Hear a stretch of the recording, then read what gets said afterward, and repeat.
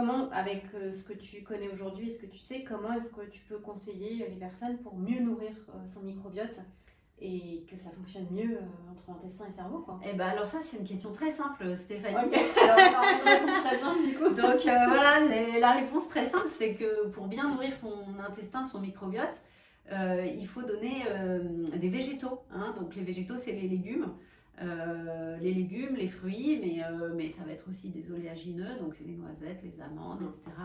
Et donc c'est vrai que dans notre alimentation moderne, on peut être un petit peu pris par le temps, à la fois dans les préparations, à la fois pour trouver voilà, des légumes de qualité, parfois ça décourage.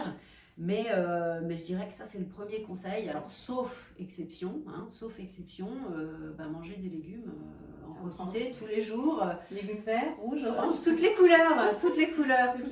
Donc là-dessus, si vous n'êtes pas habitué à manger des légumes tous les jours, un premier conseil, ça peut être de dire pas un jour sans légumes, pas un jour sans fruits. Ça peut être un premier objectif.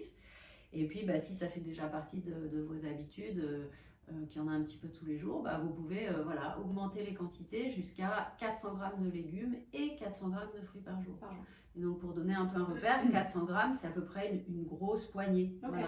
Voilà. Donc ça veut dire que idéalement ça prend vraiment une bonne part dans vos assiettes. Une grosse part de l'assiette d'ailleurs. Pratiquement.